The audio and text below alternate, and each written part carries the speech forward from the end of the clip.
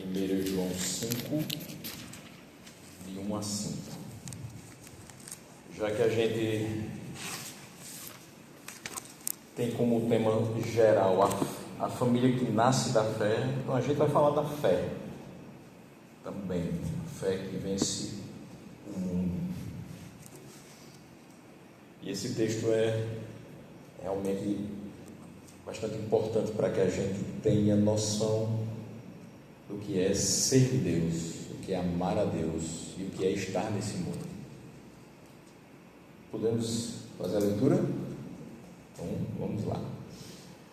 Todo aquele que crê que Jesus é o Cristo é nascido de Deus, e quem ama aquele que o gerou, ama também o que dele é nascido. Nisto sabemos que amamos os filhos de Deus, quando amamos a Deus e praticamos os seus mandamentos. Porque este é o amor de Deus, que guardemos os seus mandamentos. E os seus mandamentos não são difíceis de guardar, porque todo o que é nascido de Deus vence o mundo. E esta é a vitória que vence o mundo, a nossa fé. Quem é que vence o mundo, senão aquele que crê que Jesus é o Filho de Deus? Vamos orar um pouquinho? Senhor nosso Deus, nós te damos graças por essa noite e pelo tempo que foi reservado para que a gente meditasse na tua palavra. Nos dá, Senhor, a graça de compreendê-la através da ação do teu Santo Espírito.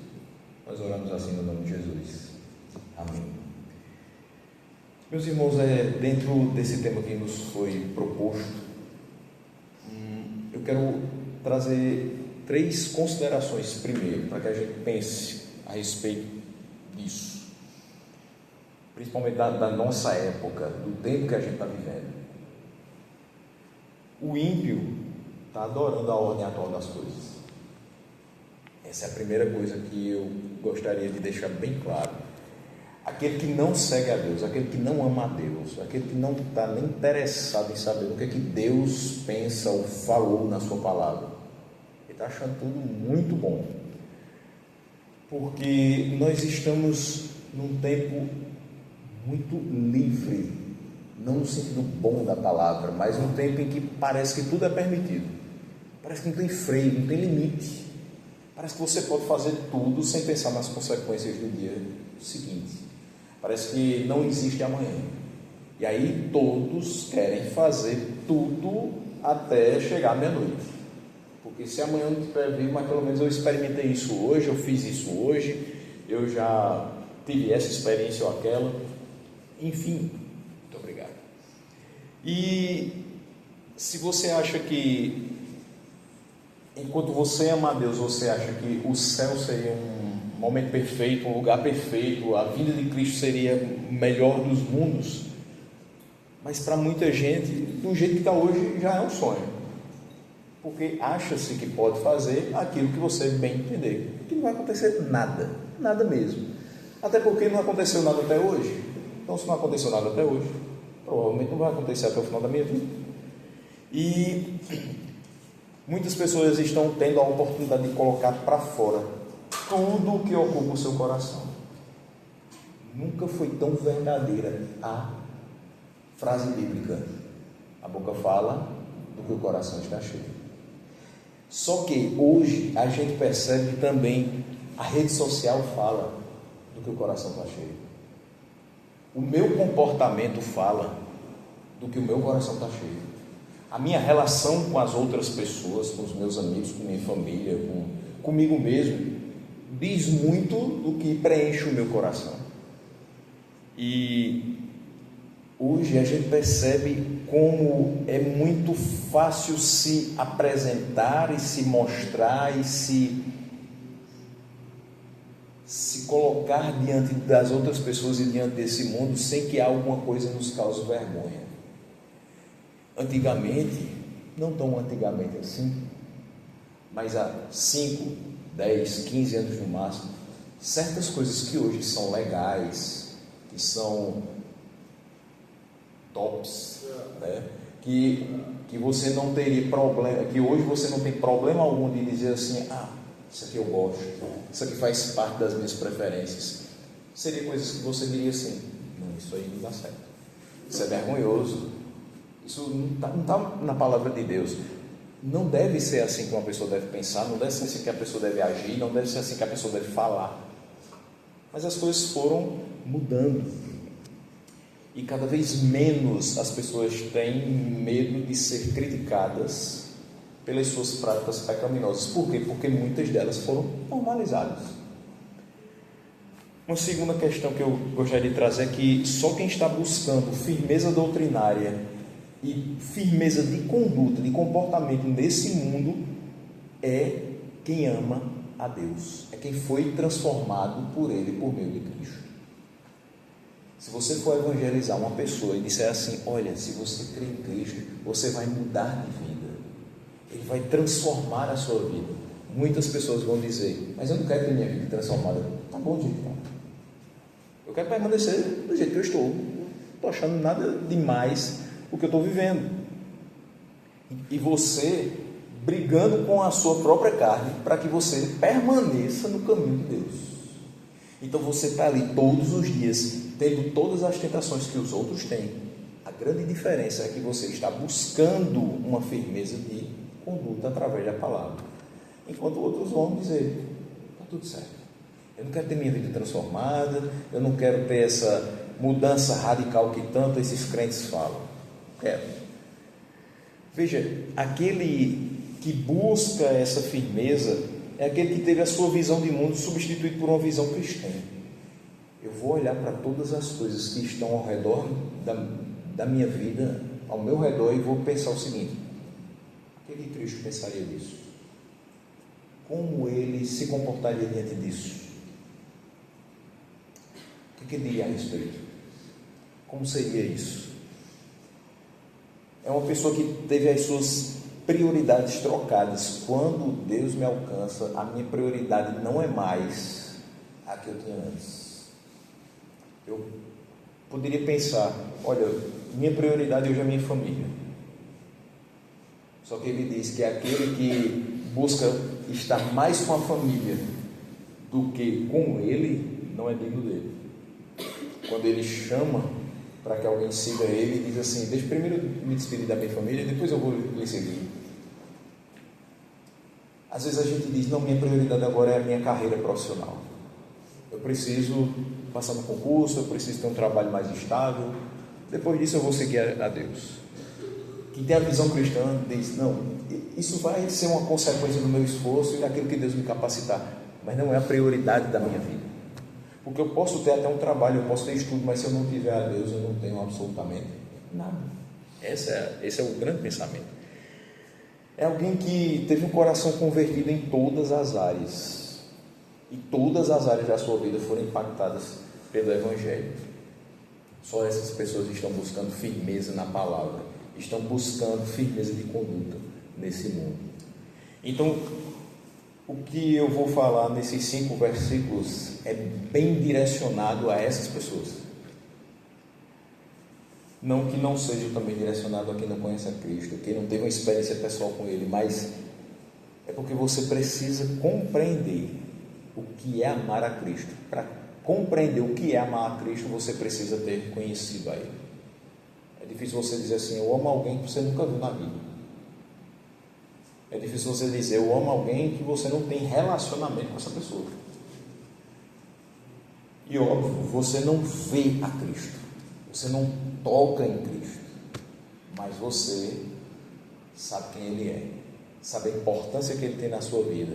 Você pode sentir a presença dEle, e por todas as coisas que Ele já fez na sua vida, você pode dizer: eu devo amar a Ele, porque Ele se entregou por mim, porque Ele se colocou no meu lugar, e a morte que estava destinada a mim, foi Ele que sofreu.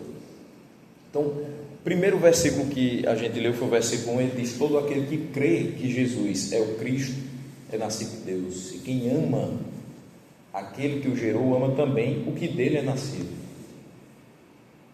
Esse versículo caracteriza bem quem são os filhos de Deus. Os filhos de Deus são aqueles que creem que Jesus é o Cristo. Então veja só, tem uma grande diferença entre saber o nome Jesus e saber quem é Jesus. Tem muitas pessoas que já ouviram falar do nome Jesus, mas sem entender quem ele é, sem entender quem de fato, dentro da história, ele é. Nós temos os nossos amigos judeus que até hoje esperam o Messias e não creem que Jesus é o Cristo, e é isso que o texto diz aqui: todo aquele que crê que Jesus é o Cristo. Cristo não é o sobrenome. Tem gente que pensa dessa forma, né? Jesus Cristo, então Jesus é o nome e Cristo é o sobrenome. Não é. Cristo é um adjetivo, Cristo é uma característica, é uma qualidade. Jesus é o Cristo, ou seja, Jesus é o escolhido, é o ungido, é o Messias. E quando eu creio que Jesus é o Cristo, então eu sou nascido de Deus, eu sou reconhecido como nascido de Deus. Por quê? Porque eu creio que ele veio com essa função, que é a função messiânica, de vir para o que era seu, de não ser recebido pelos seus, mas se entregar por todos aqueles que o Pai deu desde a eternidade, morrer por eles, para que eles não passassem pela morte, e fazer com que todos os que o receberam fosse lhes dado o direito de serem feitos filhos de Deus. Então todo aquele que recebe a Cristo, todo que está em Cristo, é o filho de Deus, é nascido de Deus. E certamente você já escutou alguém dizendo assim: hoje é sexta-feira, terminou meu expediente, agora eu vou descansar. Sextou. Por quê? Porque eu sou filho de Deus. Também sou filho de Deus. Nem todo mundo é filho de Deus, somente aquele que é nascido de Deus. Você é filho da sua mãe porque você é nascido dela. Simples assim. Se você nasceu daquela pessoa, você é filho, você é filiado a ela. Eu só posso dizer que sou filho de Deus se eu nasci dele. E como é que eu vou reconhecer que eu sou nascido de Deus? Se eu reconhecer que Jesus é o Cristo. Esse mesmo versículo nos diz o seguinte: que quem ama aquele que o gerou, ama também o que dele é nascido. Então ele está dizendo o seguinte: você ama a Cristo, que foi gerado por Deus. Então, se você ama a Cristo, que foi gerado por Deus, você vai amar também o que dele é nascido. Eu sou nascido de Deus, mas eu tenho também várias outras pessoas que foram nascidas de Deus. Então, qual é a orientação dele?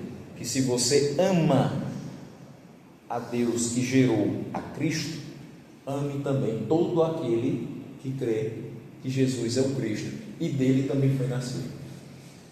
Isso aqui resume muito o que João diz no seu Evangelho, na situação de colocar para nós que nós devemos amar a Deus, mas também amar ao próximo. De que maneira? Como a si mesmo.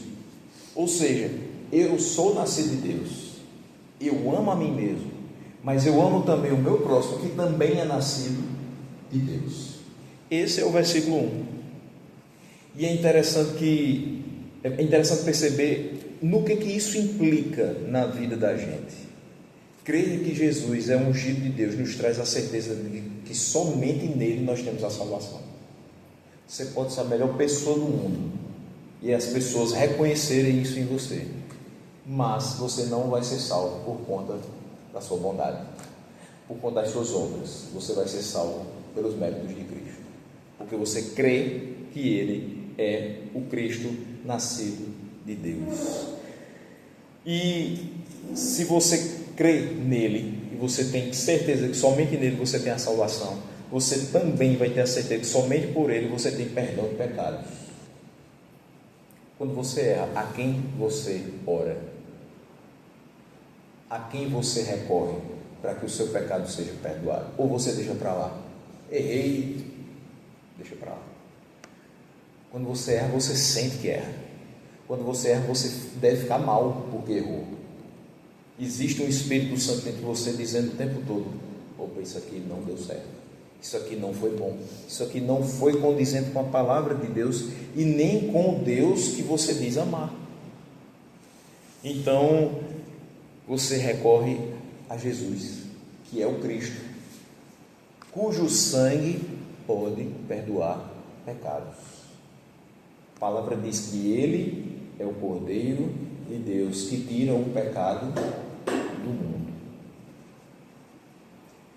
Quem ama a Deus necessariamente ama o que é nascido dele, ou seja, quem é convertido ao Evangelho ama todo pecador que pelo Evangelho foi alcançado. Eu não sou melhor do que ninguém, de forma alguma.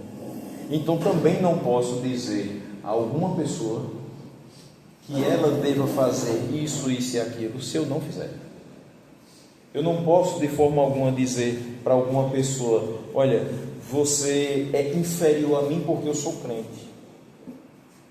Você é inferior a mim porque você não pode recorrer a Deus quando você tiver os seus problemas da sua vida. Não. Eu preciso amar todo pecador. Também deve ser alvo do Evangelho. Todos precisamos do Evangelho.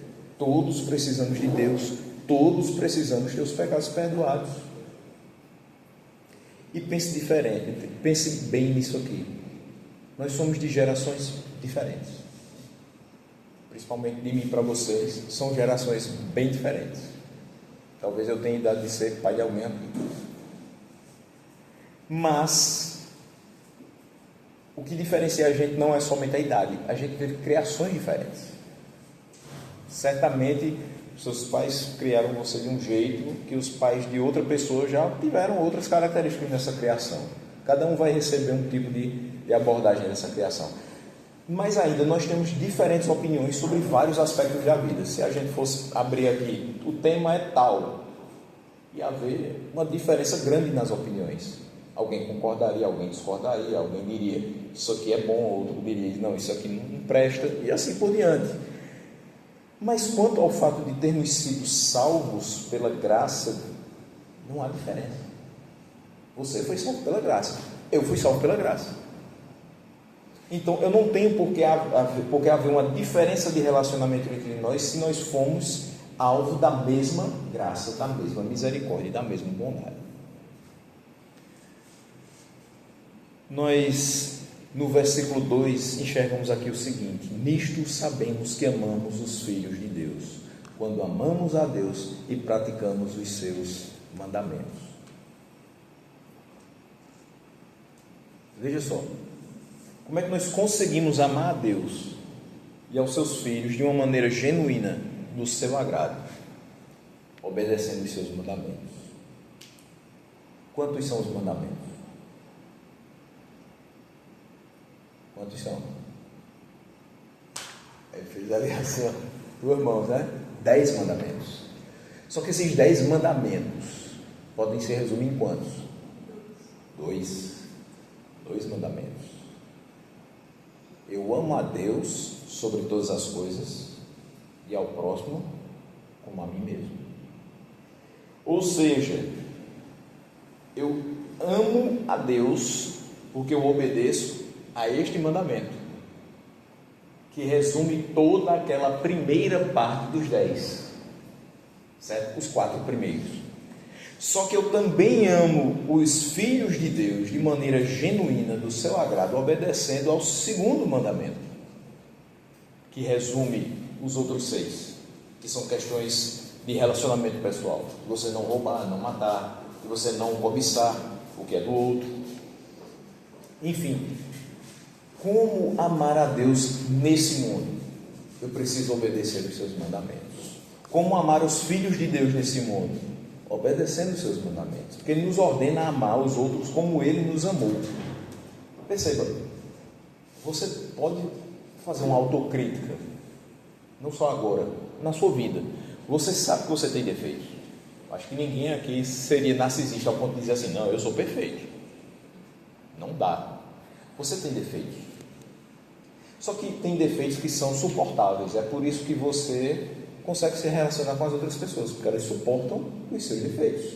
Os seus amigos são aqueles que gostam de você apesar dos defeitos. Não é porque acham você legal, é porque conseguem suportar quando você está chato. É por isso que eles chegam perto de você. Isso é amigo de verdade, porque se for para, às vezes, se relacionar com você só quando você está legal, não se relaciona nunca, porque tem gente que é chata o tempo todo. Que eu digo minha esposa. Eu sou uma pessoa meio chata, ou chata e meia, mas ela me suporta. Nós conseguimos nos relacionar. Para Deus eu tenho muito mais defeito do que ela consegue enxergar, mas mesmo assim Ele me suporta. Por quê? Porque Ele me ama. Você tem defeitos para Deus que só Ele enxerga e ninguém mais enxerga. Mesmo assim Ele me suporta, porque Ele ama. E se Ele te ama, e se Ele suporta os teus defeitos, e se Ele quer você perto de você, o que é que você pode oferecer em retribuição a esse amor que suporta os seus defeitos? Obedecer a Ele. Quando Ele disser, ame a outra pessoa, apesar de quem ela é, você vai lá e faz um esforço e ama. Você pede a Ele a capacidade de amar.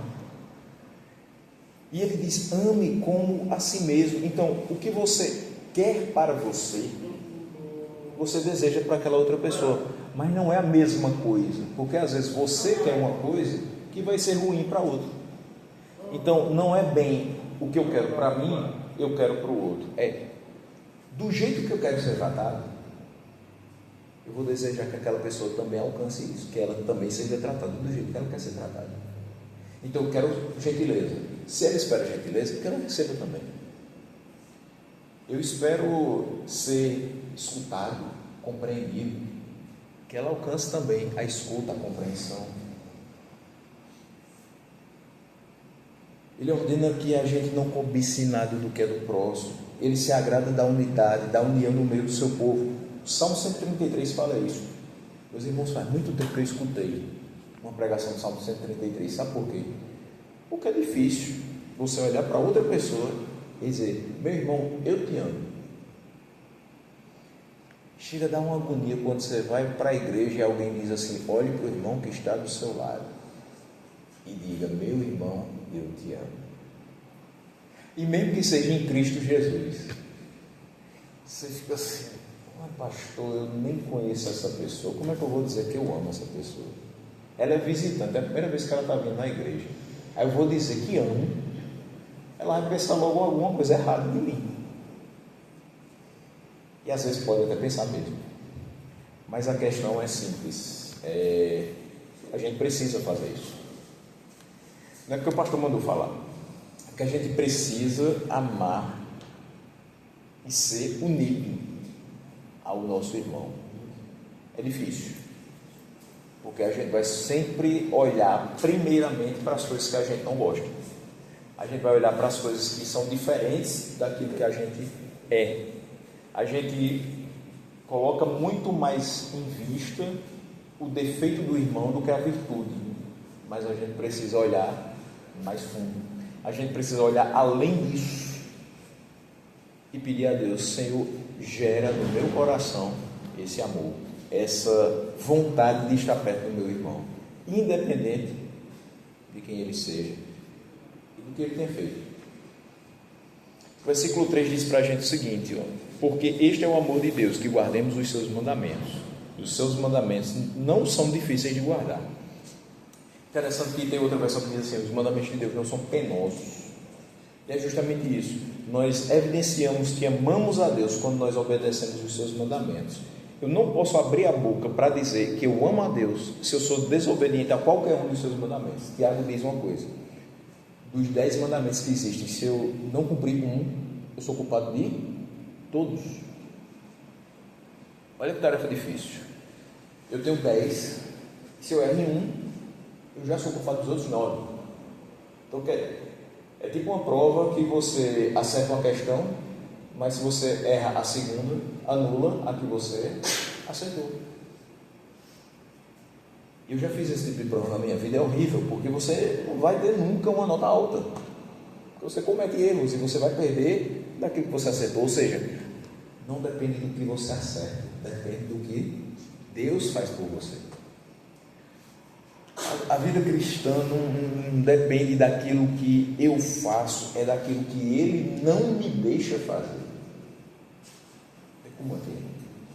Porque tem muita coisa que eu tenho vontade de fazer, no meu coração está ali pulsando para fazer, mas ele diz: isso aqui não é bom, isso aqui não é para você. E se a gente for desobediente a qualquer uma dessas palavras, vai ser contraditório dizer eu amo a Deus, mas quando Ele me pede alguma coisa, quando Ele me ordena alguma coisa, eu digo não. Eu tenho muito medo dessa questão, principalmente quando a gente está envolto numa atmosfera assim de cânticos, de palavras, e aí às vezes a gente solta assim: Senhor, eu te amo. Pensa direitinho se você ama só com palavras ou você evidencia isso com o seu comportamento, com a sua vida, porque não vai adiantar você dizer Senhor, eu te amo, se você está sendo desobediente a Ele. E você vai escutar isso do seu pai e da sua mãe também. Quando você diz assim: pai, mãe, eu te amo, deixa eu ir para tal canto. Se você me amasse, você escutava a minha voz, você escutava a minha orientação, você me obedecia. Porque eu só estou falando isso para você porque eu amo você. Você nem gosta disso quando eu falo isso, mas é pura verdade. Aí quando a gente fica mais velhinho e cai o cabelo, a gente entende que é verdade mesmo. A gente às vezes só vai entender que Deus nos ama e que nós precisamos amar Ele de volta quando a gente dá várias cabeçadas na vida, porque desobedeceu a Ele. E a gente ficava falando: o Senhor te amo, o Senhor te amo, eu declaro meu amor pelo Senhor, e não obedecia. Aí vai chegar um momento que Ele vai dizer: pronto, agora você vai me obedecer. Sabe por quê? Eu vou mostrar para você como é viver de fato para a minha glória. Não é por palavras, é por ações. Você vai evidenciar que me ama quando você obedecer aos meus mandamentos. Nós somos pequenos, nós somos falhos, é óbvio que a gente vai errar muitas vezes durante a vida, só que os erros que a gente comete não devem causar prazer. Deve ser só um deslize, deve ser um momento de fraqueza, mas não pode ser a característica da nossa vida.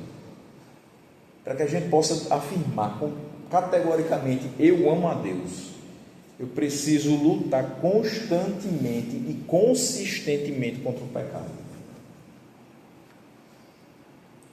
Eu uma vez escutei de uma pessoa que ela estava ficando gigantesca, muito forte, muito musculosa, porque ela ia toda vez para a academia porque queria fugir da ansiedade. Então toda vez que ela se sentia ansiosa, que ela estava dentro de casa já querendo explodir, assim, já ficando com pânico, ela dizia: tem academia, vamos embora. Ia treinar e jogava lá nos equipamentos, nas atividades que fazia, nos exercícios, toda a ansiedade, e se livrava daquilo ali. Funcionava para ela. Aí eu não importo com a forma como eu vou ficar, mas eu quero agora me livrar disso, então eu vou descontar tudo naquilo ali. É uma forma de fugir. Não quer dizer que a pessoa vai ficar curada, mas é uma forma de fugir. E se tem alguma coisa que a palavra de Deus diz que a gente deve fugir, é da idolatria e do pecado sexual. Ela é muito claro. Paulo diz: fuja dessas duas coisas. E a gente precisa fugir mesmo, porque se a gente for muito fraco nessa batalha, a gente cede. Se a gente ceder e desobedecer, não adianta dizer que ama. Eu preciso ser coerente em tudo. Então, se eu digo: Senhor, eu te amo, isso vai ser evidenciado na forma como eu lido com as tentações da minha vida. Ser crente não é ser alguém que não peca, é ser alguém que luta para não pecar. Essa mesma epístola de João, a primeira, diz que ele falando para os jovens, ele diz assim: eu espero que vocês, filhinhos, eu espero que vocês não pequem, certo? Eu espero que realmente vocês consigam seguir uma vida de santidade, vocês não pequem. Mas se vocês pecarem, vocês têm um advogado, que é Jesus Cristo justo. Então veja, eu não posso viver na prática do pecado. Isso não é condizente com alguém que ama a Deus. Agora, se eu tenho Jesus Cristo, que é aquele em quem eu creio que Ele é o Cristo, nascido de Deus, e por isso eu sou caracterizado como um filho de Deus. Mas eu preciso realmente buscar me firmar na palavra e cumprir os mandamentos do Senhor. É assim que eu vou agradá-lo, agradecê-lo, mesmo que de forma precária, porque eu tenho limitações. Mas eu preciso buscar fazer a vontade dele e agradá-lo todo o tempo. Versículo 4, ele diz o seguinte: porque todo o que é nascido de Deus vence o mundo, e esta é a vitória que vence o mundo, é a nossa fé. Todo o que é nascido de Deus vence o mundo. O verdadeiro Filho de Deus tem vitória sobre o mundo, sobre a escravidão do pecado. Ou seja, se eu sou filho de Deus, eu não posso viver pecando. Eu não sou mais escravo do pecado, agora eu sou escravo da vontade dele, e a vontade dele é que eu não peque. A vontade dele é que eu faça aquilo que a palavra dele prescreve. A palavra dele diz assim, que eu tenho que buscar a paz com todos e a santificação. E ele diz: sem fé é impossível agradar a Deus. E ele diz: todo aquele que confessa o pecado e deixa, alcança misericórdia. Ou seja, a palavra está o tempo todo me orientando como é que eu devo proceder. É o tempo todo dizendo como deve ser a minha vida.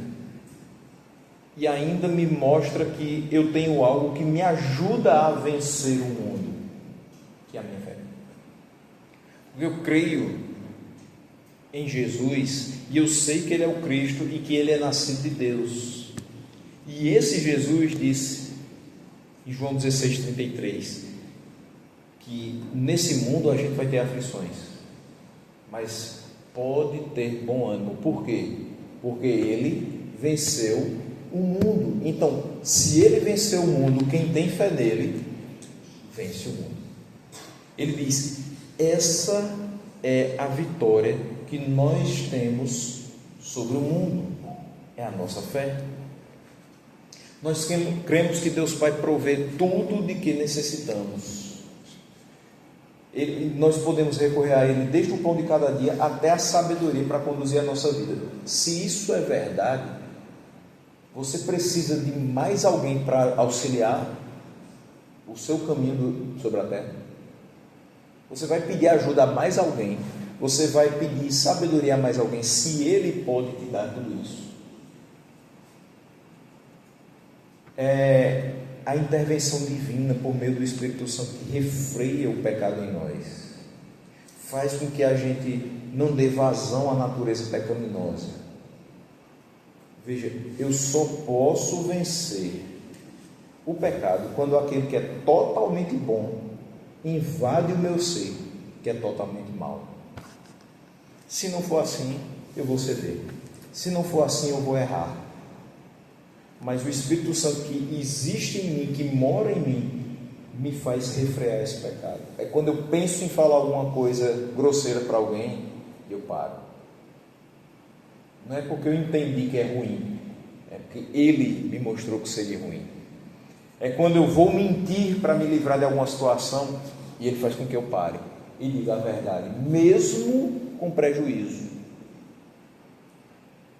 É quando eu vou dizer que eu amo o Senhor, mas eu estou sendo desobediente. Aí Ele diz assim: calma, não fale agora não, se conserte primeiro e mostre que você ama. Não só fale. Nós realmente precisamos ter fé em Deus para conseguir vencer o mundo, porque não é somente a gente, tem lá fora. Eu já tenho uma natureza pecaminosa, mas eu sou exposto a tudo que está lá fora, e isso ainda é muito mais complicado do que simplesmente o que eu já tenho dentro. Imagine que eu já tenho os meus pensamentos, a forma como eu falo, a forma como eu ajo, mas eu ainda tenho a interferência de um mundo que está o tempo todo me dizendo: ó, isso aqui é bom, isso aqui dá certo, ó, tá vendo?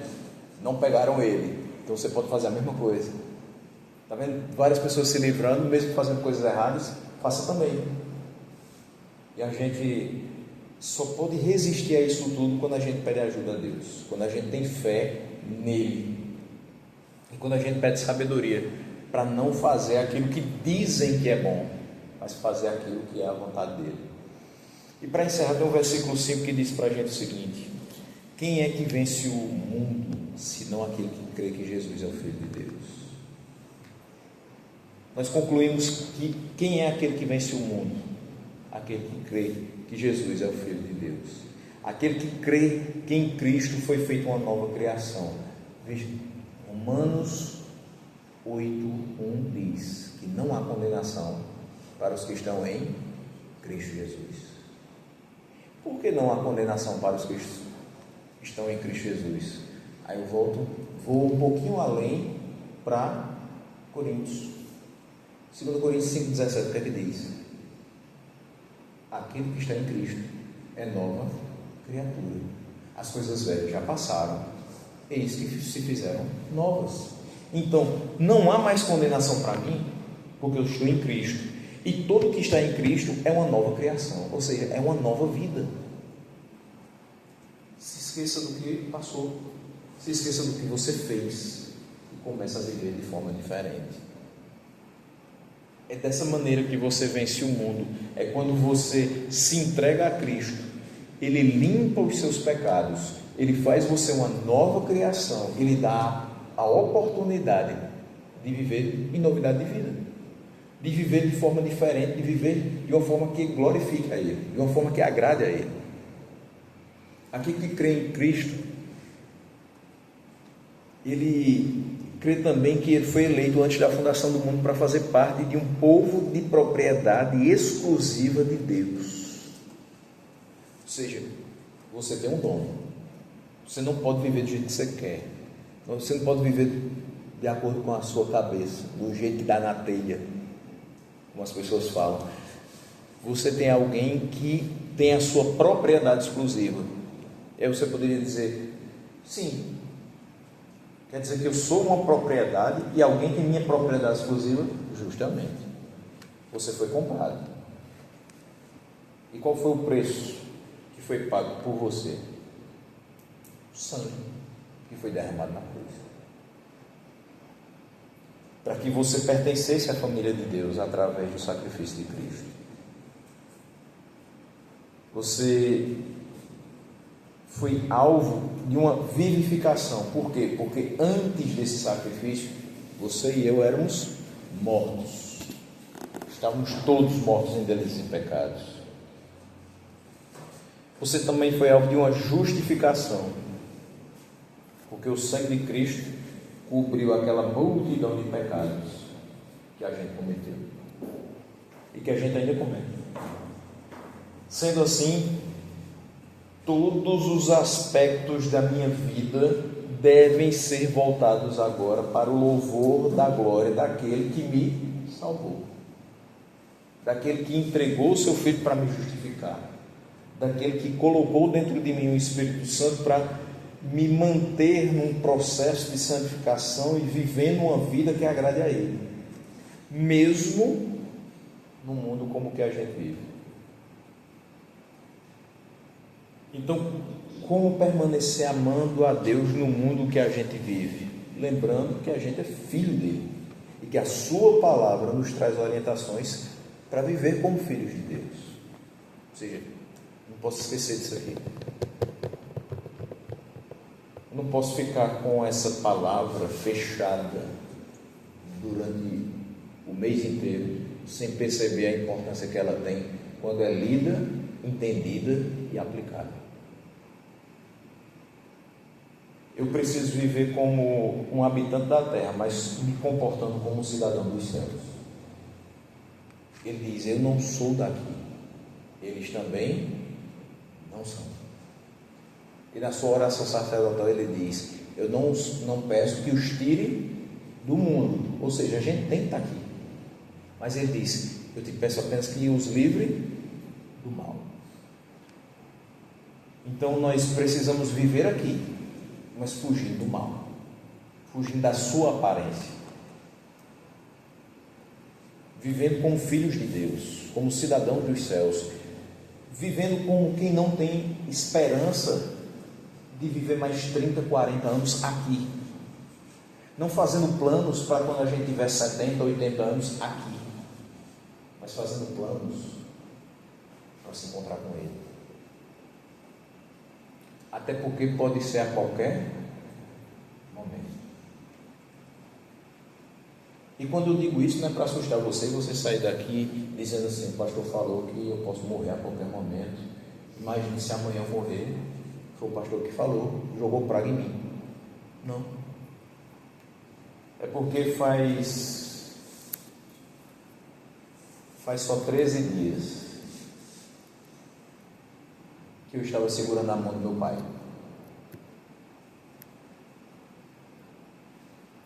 E eu estive segurando a mão dele nos últimos 4 minutos de vida.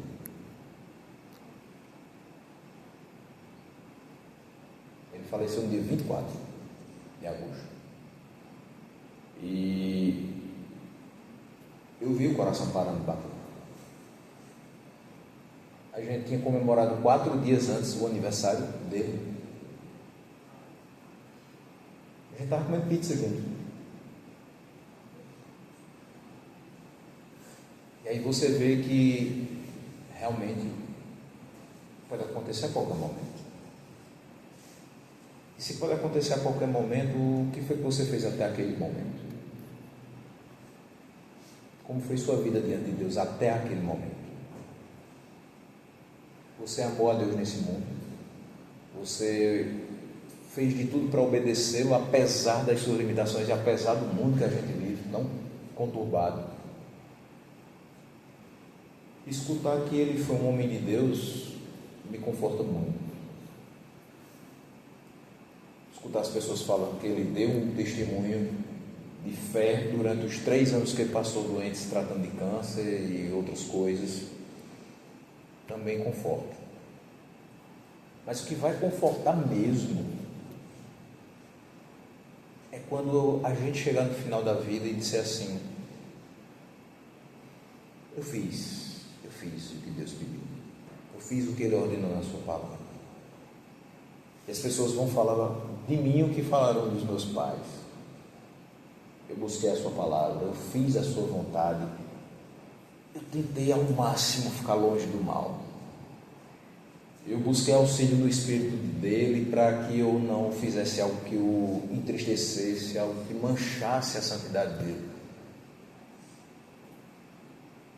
Eu sei que é difícil. Se não fosse, a gente não precisaria de ajuda. Mas a gente tem quem ajuda. Se você crê que Jesus é o Cristo, você é nascido de Deus. Você tem a Ele para te ajudar em tudo isso. Então que Deus nos ajude e guarde os nossos corações do mal. Em nome de Jesus.